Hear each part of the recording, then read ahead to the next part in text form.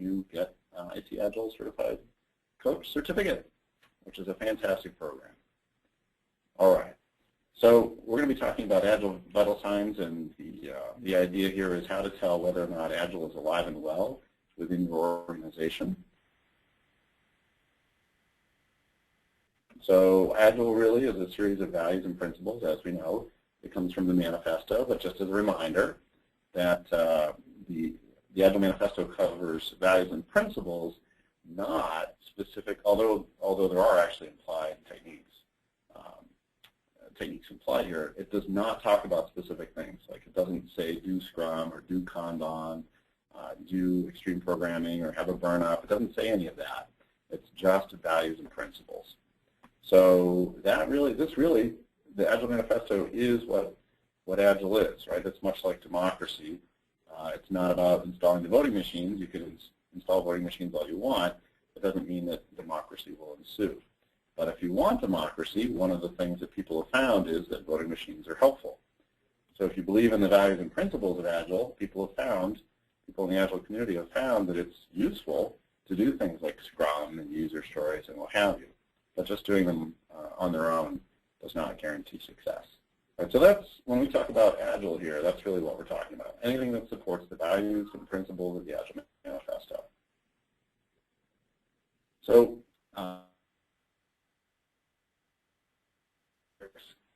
it sounds like a big deal, complicated, but actually it's pretty straightforward. And the idea is that if you want to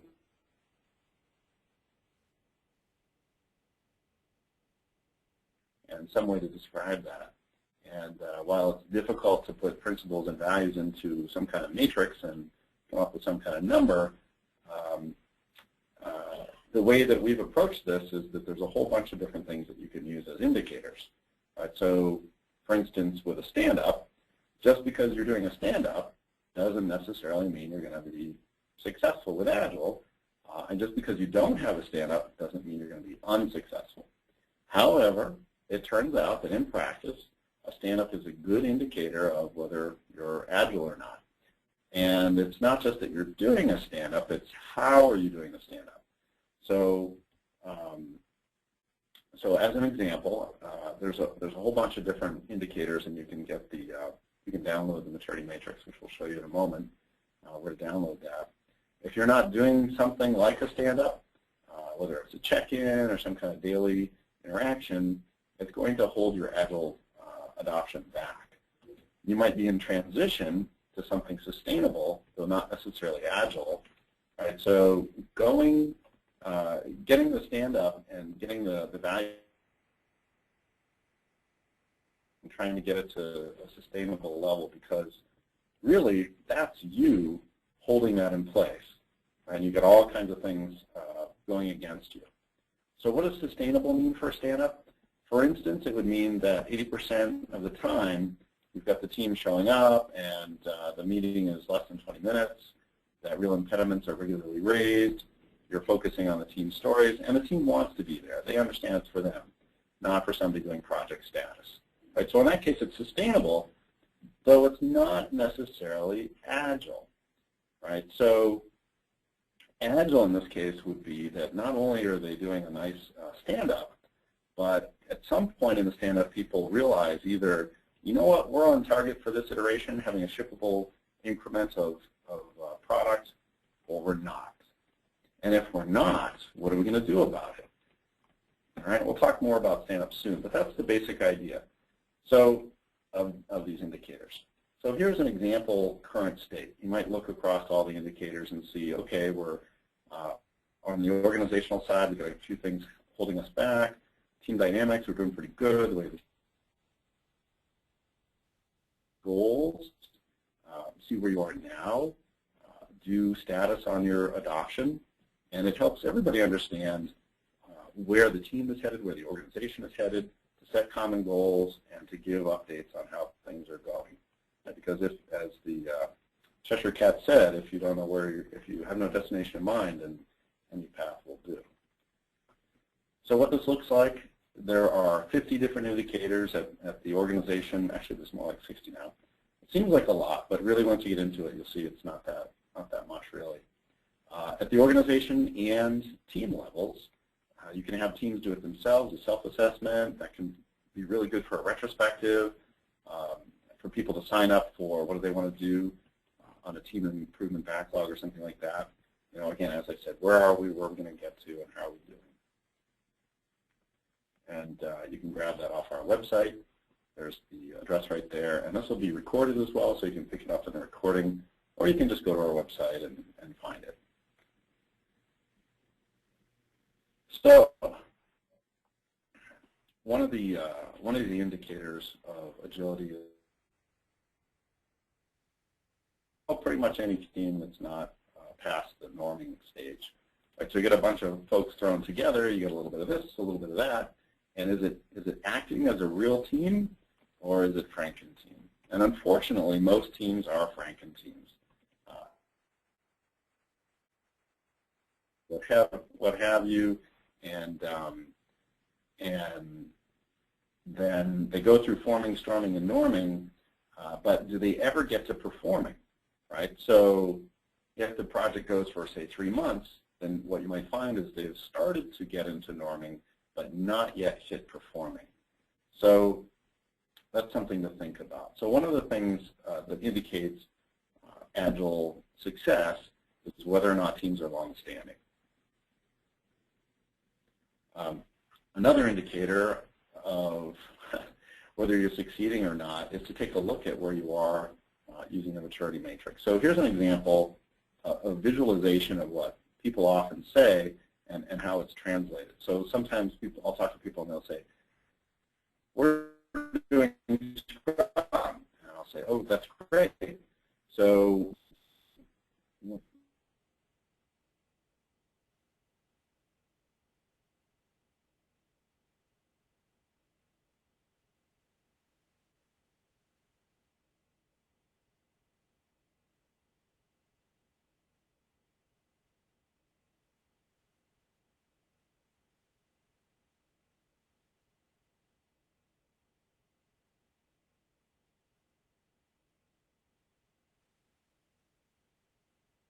probably not. So that's the first indicator that, right, so looking at the vital sign there, how are things going? I would say that that's not going very well. So stand-up, another great time, another great place to look at the vital signs. Right, so imagine that you walk into this stand-up. This is your stand-up. Okay, so you walk in, and the only information you have is what you see on the screen right here. So you hear George say, well, oh, okay, everybody's here. Yesterday I worked on 5316. Today a lot of me, so probably won't be responding to email. No, and then choose which module she was working on and on it goes. So finally the Scrum Master says, all right, everybody good stand-up tomorrow. So imagine you're in this stand-up. How do you feel? Do you feel like you know what's going on? How would you feel? I would feel kind of lost. I would be like, well, I got a lot of information, but what does it mean? How many days have we got left? How much work have we finished?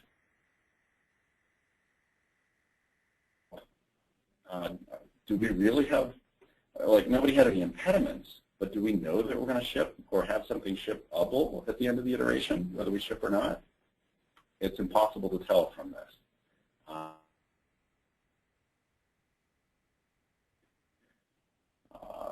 Stand-up kind of stuff, when folks get going, or actually, I've seen some teams that are at this state even far into their adoption. So this is not a lively Agile adoption, I would say. So one of the things that can help here is to have something like a burn up or burn down, whether you're doing by story points or hours. That's not really the important thing. It's to have some sort of indicator, something that you can check to see how you're doing, right? To have a goal, see what the progress is. That is actually important. Many people use card walls. So this is more information, but I would say it's not necessarily sufficient information. Right? So if I'm looking at this and I have a bunch of people on this team, what can I tell? I can see, okay, it's probably the 4th day because we haven't said anything about how much work is done on the 4th day. Right? We have On the third day, we're at 3 points. We have 1 story done. We have a bunch that are in the implementation stage, nothing in testing, nothing ready to accept. But I only see Chris and George here. I'm going to have to scroll down. Once I scroll down, Chris and George anymore. So I have no overall view of what's going on. So if you're using something that has swim lanes, I would say that's fantastic to have swim lanes. However, when you walk into the stand-up, it's great to have either a dashboard that's specific to the stand-up that's there all the time, that is stand-up oriented, or click off the swim lane for now and then put it back on. I've seen organizations that have things like what day they're on, and when it's day 9, it gives an indicator that, hey, we've only got 2 days left, that kind of stuff. Right? So each team is going to be a little bit different, but what information do you know, do you need in order to know where you really are? Right? So let's not use swim lanes during stand-up if you can get away with it. Now, burn downs are good, and this gives you some information. Right? So you can see, all right, we're falling behind. That's a great indicator, so maybe you want to have a burn down in your stand-up. Now, for this, we're going to use the burnout. So what I want you to think about is now you walk into the stand-up, and you haven't heard anything yet. It's the morning of day 4, and here's what you see. 4th day, you have 3 points done. So let me ask you, if you saw this walking to a stand-up, how do you feel? And so just it's a rhetorical question. You, think about it for yourself for a moment. So typical things that I hear here are, I feel pretty good, except it seems like we have too much work in progress and nobody's testing anything. Right? So, okay, great. Not a big deal. We can fix that. All right, so now you walk into a stand-up and you see this. Now how do you feel? Not too bad, right? So we're in a pretty good state here. Let's say you walk into a stand-up and you see this. How do you feel? I wouldn't feel too good, and I would be wondering, I would be thinking, well, maybe I was on vacation or out sick. What happened on day 6, 7, and 8? It's day 9. I think we're in real trouble. Right? So when you walk into a stand-up, you want to be seeing this kind of information, whether it's exactly like this or not. Going to get all of our work done or not. And it's not just, right, when I say individual, I don't mean looking at it from your perspective. I mean as any individual on the team, do you alone, walking into the stand-up, have all the information you need to determine whether or not all of the work that the entire team has said that they're going to get done has any chance in being done by the end of the iteration? If not, speak up, right? And in fact, the 3 questions are not the point of a stand-up. At the end of the day, it doesn't really matter what happens in the stand-up other than you as a team determine, are we going to get all of the work we said we were going to get done or not? Yes, no. If so, great. If not, what are we going to do? And if you do it without 3 questions, if you do it with 4 questions, if you do it with 1 question, it doesn't really matter.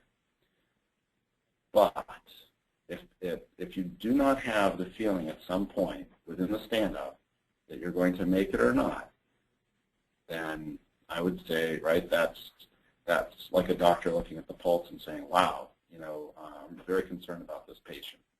I would be very concerned about that patient. So the stand-up is a fantastic vital sign to determine how Agile is going. Trust, you might not think of, think about it from this perspective. Let's say you have 2-week iterations. What is it going to take to actually get all of the work done that the entire team has signed up for within 2 weeks and have it shippable? What kind of situation are you going to have?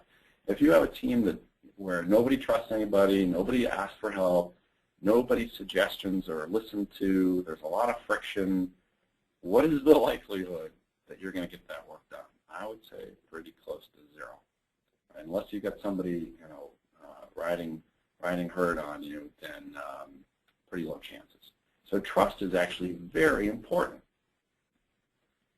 And very specifically, so there's a number of books out there that focus in on these 4 things, and they call them different things. I like the 2 books, TrustWorks and The Book of Trust, highly recommended. So the ABCD is an easy mnemonic or acronym to think of. Ability, believable, care, dependability. Another way to look at this is competence, sincerity, collaborative, and reliability. Right, so at the end of the day, if the team does not have the necessary skills, so not a good vital sign. People don't believe what other people are saying, or people aren't carrying through, oh yeah, I'll get that done for you tomorrow, no problem, or yeah, I can help you, I got some time, but it's not true, or they don't, whether it's true or not, they're not actually managing their time well, then that's no good, right?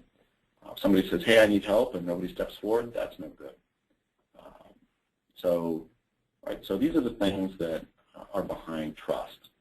Now, how can you tell whether or not there's a high level of trust? I think actually just going to the stand-up and hearing what's going on, going to the retrospectives is a good way to do it. But you can actually just ask, right? So you can take the collective pulse. Rock, scissors, paper, that's basically just, if you're familiar with Fist of 5, you ask everybody, what's your confidence level, 0 to 5, that we're going to get all this work done by the end of the iteration. Hold up 0 through 5, that's the Fist of 5. But you want to make sure people do it together as opposed to, maybe the strongest or the loudest person in the room putting up a 5 and the more dominant person in the room putting up a 5, and everybody's saying, well, I don't want to go against that person. Right? So rock, scissors,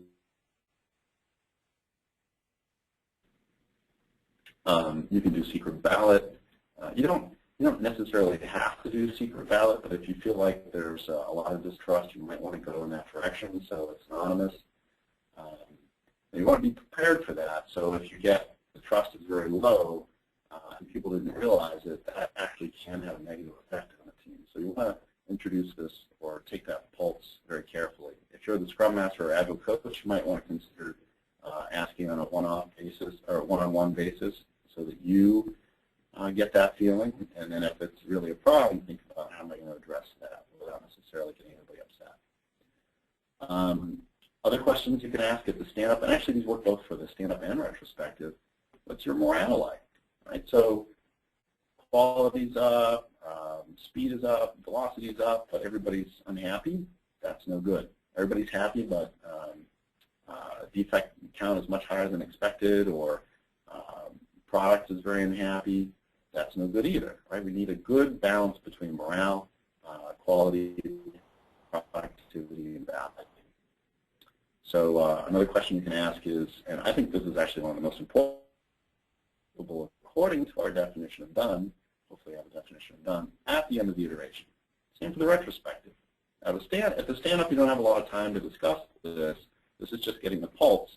But at the retrospective, you can start to diagnose and, as a team, figure out where we're going to go from here.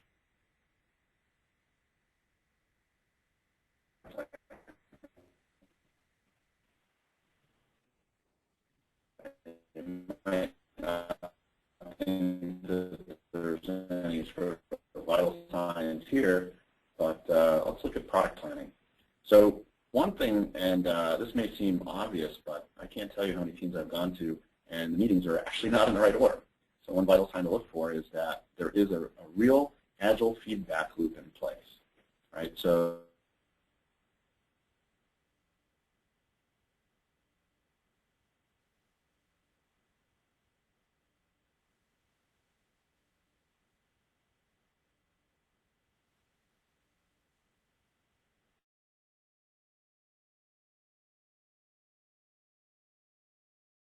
we need to do the iteration planning ahead of the next,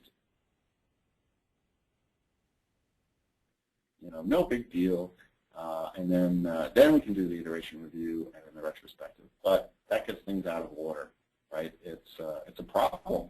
It's going to cause problems like, well, we committed to doing this in the next sprint. I already promised that to other people, and now you can't take into account the information that you learned in the iteration and the review and the retrospective. So very important to be looking for that correct order. The next vital sign I would say is that you have a real product owner. And one way that I've suggested folks consider, there's a lot of politics behind the term product owner. And I think what can happen is that you get folks in product management, nothing against them, great people. They may end up with the title of product owner without realizing what that requires from them, or without being able to provide it. Not that they don't want to, but because of the way things are structured, they're just not able to. So one way to make this really clear to everybody is to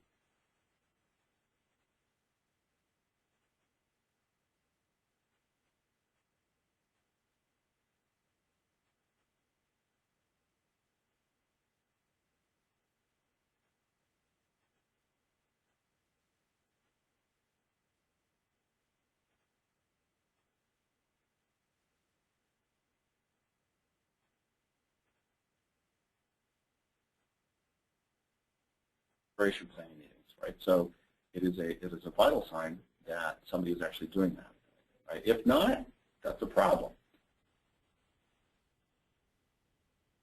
2 iterations worth of ready stories doesn't mean that they have to do it. They may go to the team and say, hey, can you help me out? Or go to the product owner and say, hey, I noticed we're falling behind. What can I do? You know, what's going on here? How can we change this? To make sure that there are stories prioritized for the iteration being planned, and this one same person is attending all the iteration reviews, and is knowledgeable and able to answer all questions regarding the iteration backlog. So a question comes up, they can answer it immediately. Not with a immediate answer of, I'll figure that out, but here's what we need to do. So that person has to be empowered with the ability to make decisions. That user story is not quite clear. All right, you know what? Here's what we should do. Now there may be a delay. Maybe that person is out in the field or has some meetings with customers or whatever. So it's understandable that there's going to be a few hours delay once in a while. But if you don't have somebody on the team that can do all of this, that team is just not going to be able to be agile, right? The purpose of agile is to produce value on a regular basis, not to have, and the highest value, not just to have the team working on whatever and confused about what to do. Very important vital sign here is that you have somebody that is doing all of these things to the satisfaction of all involved. So you might not have thought of a schedule as being a vital sign, but it really is. Think about the schedule of all of the Agile meetings, or maybe more easily, all of the Scrum meetings. Right? So how many Scrum meetings are you going to, and how long are they? Here's what I would say is an example of a healthy Scrum schedule. So if you look at this and you think, well, I go to 3 stand-ups and I go to 3 iteration planning meetings, et cetera, or our stand-up is an hour, or our iteration planning is, half a day, I would think of that as unhealthy. And you may not be able to get to this place of health right away. It's not easy, I understand that. But you want to have this as a goal, right? So a fitness goal, if you will. Stand-ups often are one of the biggest problems because people are on 3 projects, and the stand-ups, I'd be pretty upset too. I'd be thinking, why the heck are we doing this stupid Scrum thing? Right? But that's not what Scrum is saying. Scrum is saying that for most individuals, they're going to be going to 1 stand-up because they're on 1 team and they're going to 1 iteration planning meeting. I don't want to get into too many details here. Maybe we can follow up in the Q&A, but sometimes people push back and say, iteration planning of 1 hour, what are you talking about? Well, in this example, it's also paired up with backlog grooming every other week. So it's actually 2 hours of iteration planning, one of which is saying this is what we're doing for sure, and the one is looking ahead to see is there anything we can do to be prepared for the next one.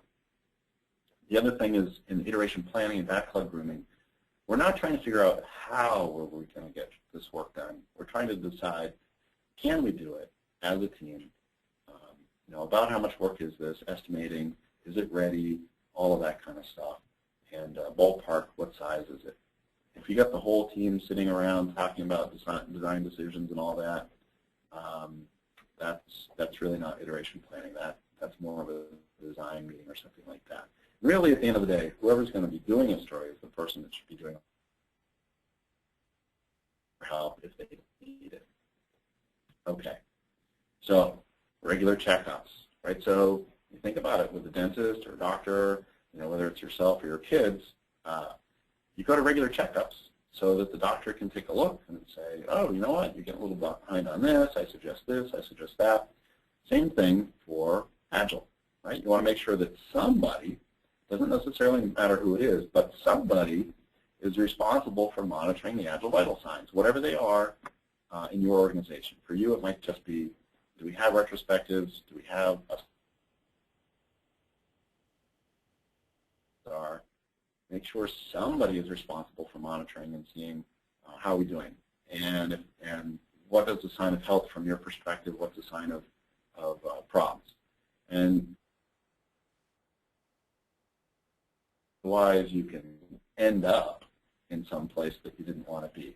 Right? So going Agile needs to be a very intentional thing with regular checkups. So as a summary here, it's a little bit of an eye chart, but you can refer to it in the video. I'm not going to go through all of this stuff. But here are some things that you might think of as the most vital signs. And you don't have to necessarily look at all of these, maybe just a couple. But think about, from your perspective, what do you want to check on a regular basis? Make that list. Check it on a regular basis.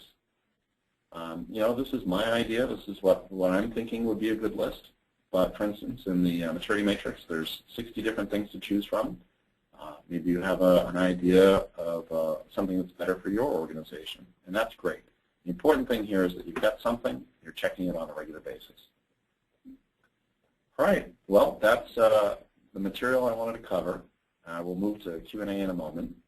And again, that was a little bit of a preview of the kinds of things you'll be learning in our Breakthrough Agile Coach workshop. And for more information,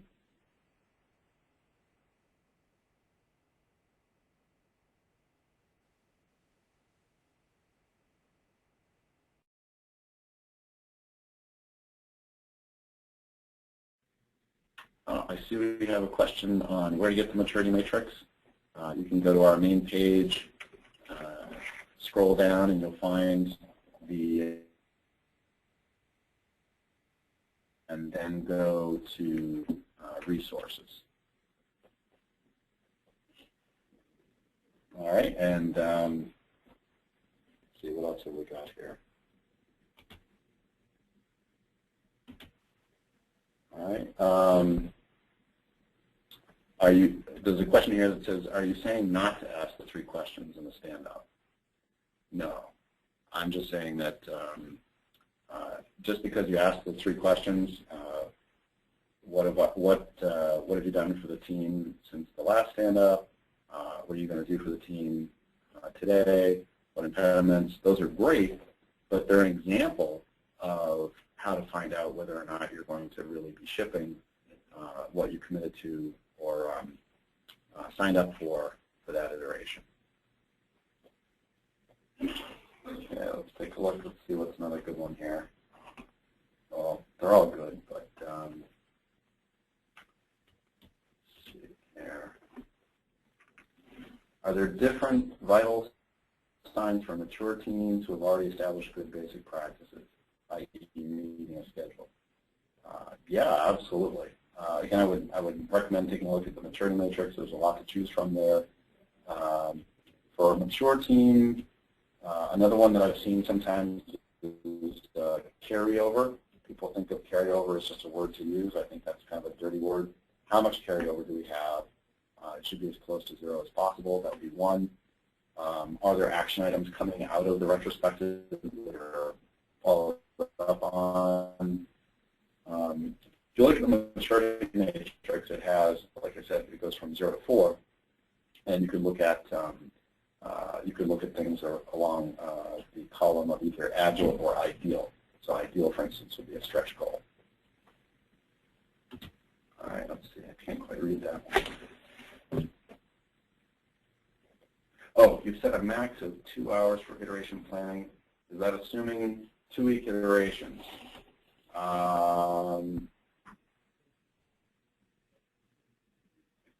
You can guideline is 1 hour planning per week. Yes. Okay. Yes. Thank you for bringing that up. A much better way to say it is 1 hour of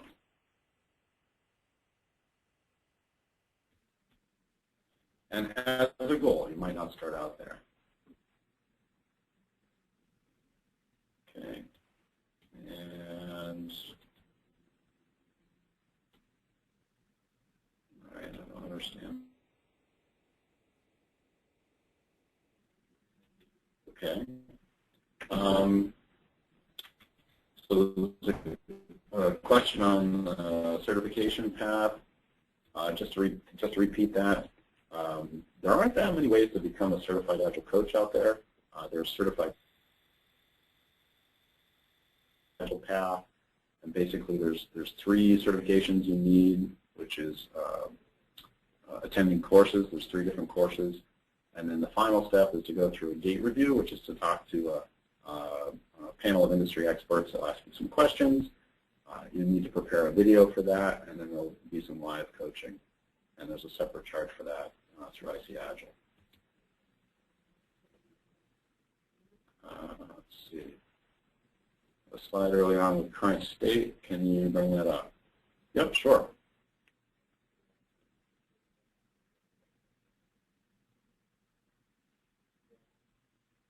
It's a little ways back there. Whoops, there it is. Oh, that's not it. Okay. And multiple columns with colored bars. Not sure I follow it. Okay.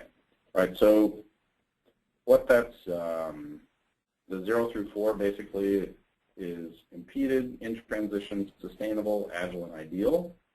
And the idea is that you want to get as many of these in before you go on to agile or ideal. And the details of what organizational support means. So for instance, that's saying that there's like 10 different indicators of organizational support. There's like 6 different ones in team dynamics. Since it is fairly extensive, you can see like an example of the spreadsheet there. Didn't want to do a deep dive, just to suggest to take a look at the download and take a look at the spreadsheet. So this would be sort of something that you could look at overall. Actually, what comes out of the box is this radar chart that you can use to see where things are. All right, so what we do basically is we work with our coaches to say,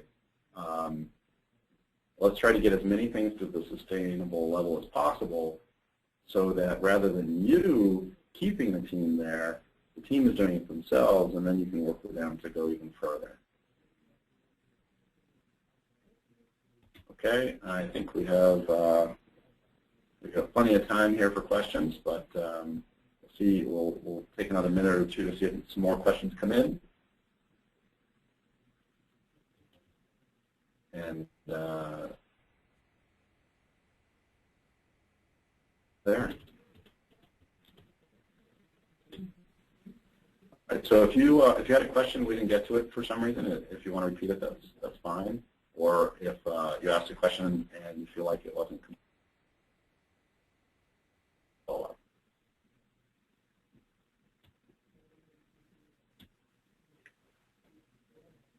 All right, well, for those of you that are attending in order to do the pre-work for and look forward to seeing you.